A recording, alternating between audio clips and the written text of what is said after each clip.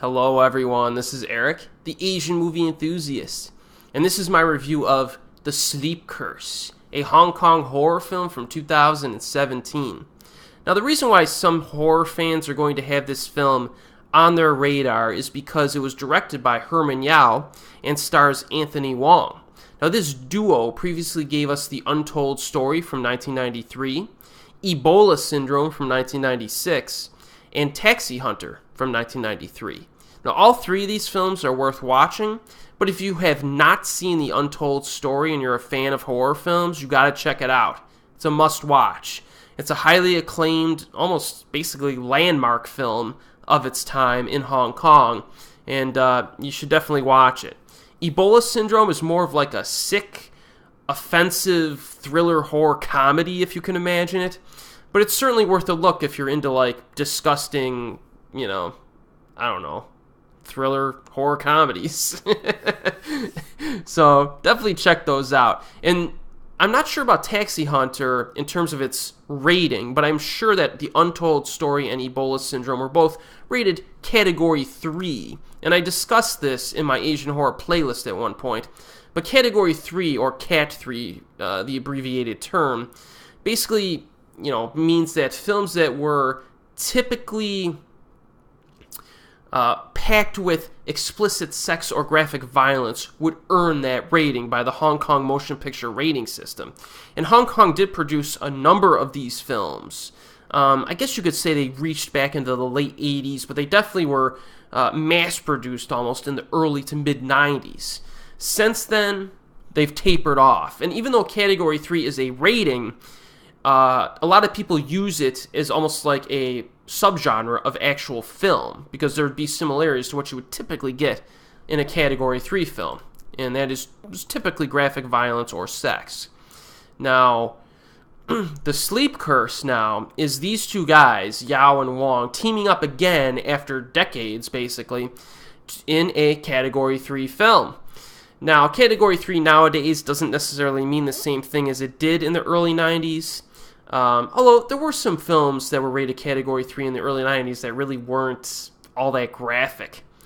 There was one with Simon Yam called Dr. Lam, I think it was. That one, there really wasn't a whole lot going on there, and that was rated Cat 3.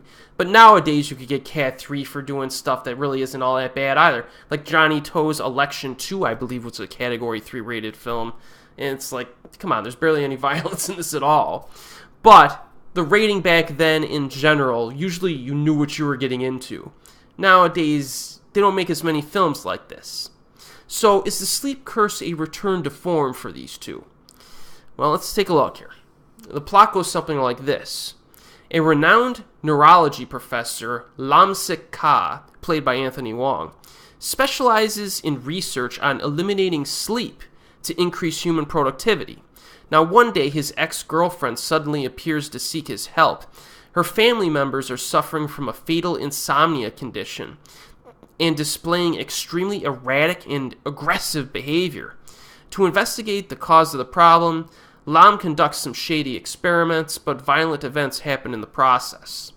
Now, if you're familiar with Yao and Wong's prior collaborations, you might go into The Sleep Curse with an expectation that you will be treated to some graphic violence, and you would be correct in that assumption.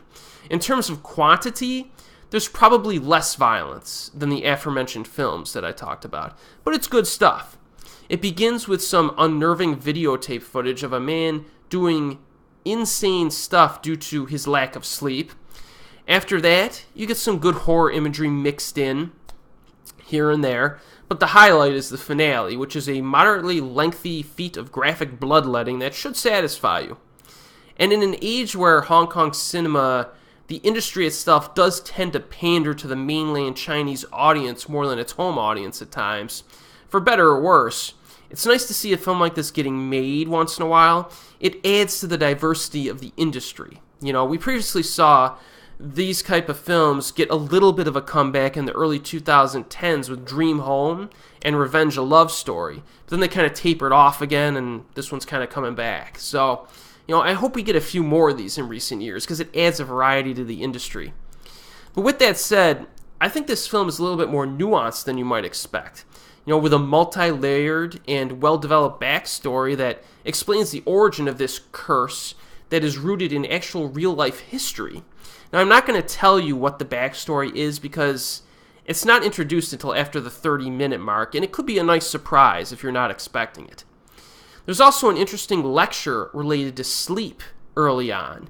It discusses sleep cycles and different animals and other neat little facts. Our protagonist tries to figure out a way for humans to bypass the need for sleep, mostly for the purposes of improving efficiency, productivity, and technological progress, I guess you could call it. Now, it's been a while since I've seen Yau and Wong's prior films, but I think The Sleep Curse has the most interesting story of anything they've done before together. Now, in terms of flaws, nothing really sticks out, but I can imagine that some people might think that it's a bit slow during certain parts, especially the middle section when the secondary backstory starts going. But I didn't really find that to be much of a problem. Again, if you can handle violence in your horror films, you may want to give this one a go. Definitely. If you can't handle violence in your horror films, you're going to have trouble getting through this, especially near the end. So, this is one that I would definitely recommend, as well as these guys' previous collaborations. So yes, I do recommend The Sleep Curse, and it is available on Region 3 DVD and Region A Blu-ray with English subtitles. So I think this kind of fits nicely in these guys' portfolio of collaborations. And, as always, I will see you next time.